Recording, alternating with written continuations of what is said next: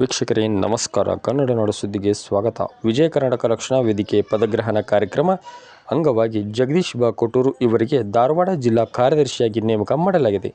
ಶ್ರೀಕಾಂತ್ ಹಿರೇಮಠ್, ನಾಗು ಕೊಟ್ಟೂರು, ಕಲ್ಮೇಶ್ ಇಂಡಿ, ಸದಾನಂದ್ ಬೆಳಗಾವಿ, ಮನೋಜ್ ಹಸರಾಗನ್ನವರ್, ಸಿದ್ದಾರೂಢ ಹಿರೇಮಠ್, ಮಂಟು ಬದ್ದಿ, ಸಿದ್ದಾರೂಢ ಕೊಟ್ಟೂರು, ಕುಮಾರ್ ಹೊಸೂರು, ಪ್ರಜ್ವಲ್ ಮಾದರ್.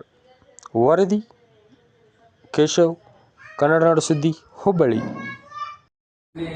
ಅಂತಂದ್ರೆ ನಾವು ಬಸವಣ್ಣರ ಆತ ಭಾಳ ವರ್ಷಗಳಿಂದ ಎಲ್ಲ ಸಂಘಟನೆಗಳಿಗೆ ಭಾಗವಹಿಸುವಂತ ಮಾಡ್ಕೊಂತ ಗುದ್ದಾಡ್ಕೊಂತ ಬಂದೇವಿ.